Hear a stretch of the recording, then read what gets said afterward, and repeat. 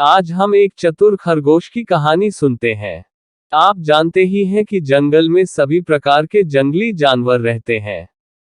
जंगल का राजा शेर होता है। शेर मांसाहारी होता है तथा वह अपनी भूख मिटाने के लिए छोटे बड़े सभी प्रकार के जानवरों को मारकर खा जाता है। एक घने जंगल में एक बहुत बड़ा शेर रहता था। वह प्रतिदिन शिकार पर निकलता और कई जानवरों को मारकर खा जाता था।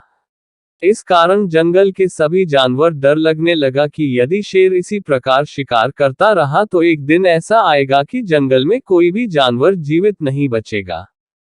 जिस प्रकार जंगल में आग फैलती है, उसी प्रकार यह बात भी सारे जंगल फैल गई। जंगल के जानवरों ने एक सभा बुलाई। उस सभा में तय हुआ कि शेर को रोकने के लिए कोई न कोई उपाय करना चाहिए। सभी जानवरों ने अपना अपना मत रखा। अंत में उन्होंने तय किया कि वे सब शेर के पास जाकर उससे इस बारे में बात करें। दूसरे दिन जानवरों का एक दल शेर के पास पहुंचा। जब शेर ने जानवरों को अपनी ओर आते देख तो वह घबरा गया और उसने गरजकर पूछा, क्या बात है? तुम सब यहाँ क्यों आ रहे हो? जानवर दल के नेता ने कहा, महाराज, हम आपके पास एक निवेदन करने आए हैं। आप हम सभी के राजा हैं और हम आपकी प्रजा। जब आप शिकार करने निकलते हैं तो बहुत से जानवरों को मार डालते हैं। आप सबको खा भी नहीं पाते। इस प्रकार से हमारी संख्या कम होती जा रही है। यदि ऐसा ही होता रहा तो कुछ ही दिनों में जंगल में आपके सिवाय और कोई भी नहीं बचेगा। प्रजा के बिना राजा भी कैसे रह सकता है? यदि हम सभी मर जाएंगे तो आप भी राजा नहीं रहेंगे। हम चाहते हैं कि आप सदैव हमारे राजा बने रहें। आपसे हमारी विनती है कि आप अपने घर पर ही रहिए। हम में से प्रतिदिन कोई न कोई आपका भोजन बनकर आपके पास आ जाएगा, तब आप उसे मारकर अपनी भूख मिटा लीजिए। इस प्रकार आपको भी भोजन के लिए बाहर जाकर परिश्रम भी नहीं करना पड़ेगा। इस प्रकार से राजा और प्रजा दोनों ही सुख चैन से रह सकेंगे।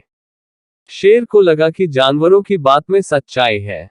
उसने पल भर सोचा और बोला, अच्छी बात है, परंतु स्मरण रखना, यदि किसी भी दिन तुमने मेरे खाने के लिए पूरा भोजन नहीं भेजा तो मेरा जितना मन करेगा उतने जानवरों को मैं मार कर खा जाऊंगा।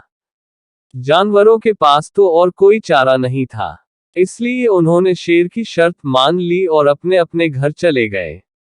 उस दिन से एक जानवर प्रतिदिन शेर के खाने के लिए भेजा जाने लगा।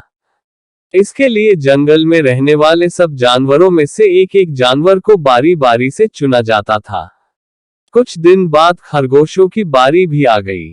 शेर के भोजन के लिए एक नन्हे से खरगोश को चुना गया। उसने भगवान से प्रार्थना की और बोला, हे भगवान, इस शेर के हाथों मरना मूर्खता है।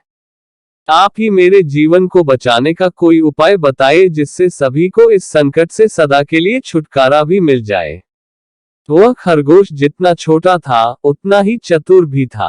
वह शेर का भोजन बनने के लिए निकला। जिस मार्ग से वह जा रहा था उस मार्ग पर एक कुआं था।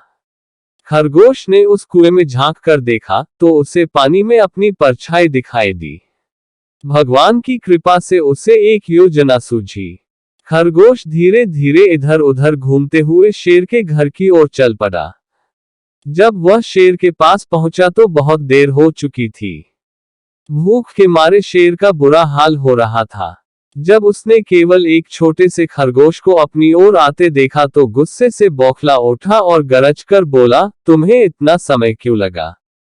एक तो पिद्दी जैसे हो, दूसरे इतनी देर से आ रहे हो। जिन मूर्खों ने तुम्हें भेजा है मैं उन सबको ठीक करूंगा। नन्हे खरगोश ने आदरपूर्वक कहा, महाराज, आप कृपा करके मेरी बात सुन लें। मुझे तथा अन्य जानवरों को दोष न दें। सभी तो जानते थे कि एक छोटा सा खरगोश आपके भोजन के लिए पूरा नहीं पड़ेगा, इसलिए उन्होंने 6 खरगोश भेजे थे। लेकिन रास्ते में हमें एक और शेर मिल गया। उसने 5 खरगोशों को मारकर खा लिया। यह सुनते ही शेर दहाड़ कर बोला, दूसरा शेर, तुमने उसे कहाँ देखा? खरगोश ने कहा, महाराज, वह तो बहुत ही बड़ा शेर है। वह भूमि के अंदर बनी एक बड़ी गुफा में से निकला था। वह तो मुझे भी मारने जा रहा था। परंतु मैंने उससे कहा, आपको पता नहीं कि आपने क्या मूर्खता कर दी है। हम सब अपने महाराज के भोजन के लिए जा रहे थे, परंतु आपने उनका सारा भोजन खा लिया है। हमारे महाराज ऐसी बातें सहन नहीं करेंगे। वह अवश्य ही यहाँ आकर आपको मार डालेंगे। इस पर उस शेर ने पूछा, कौन है तुम्हारा राजा? मैंने बताया, हमारा राजा जंगल का सबसे बड़ा शेर है। मेरे ऐसा कहते ही वह गुस्से से लाल पीला होकर बोला, इस जंगल का राजा केवल मैं हूँ। यहाँ के सब जानवर मेरी प्रजा हैं। मैं उनके साथ जैसा चाहूं वैसा कर सकता हूँ। जिस मूर्ख को तुम अपना राजा कहते हो उसे मेरे सामने लेकर आओ। मैं उसे बताऊंगा कि असली राजा कौन है। इतना कहकर उस शेर ने आपको लेकर आने के लिए मुझे यहाँ भेज दिया।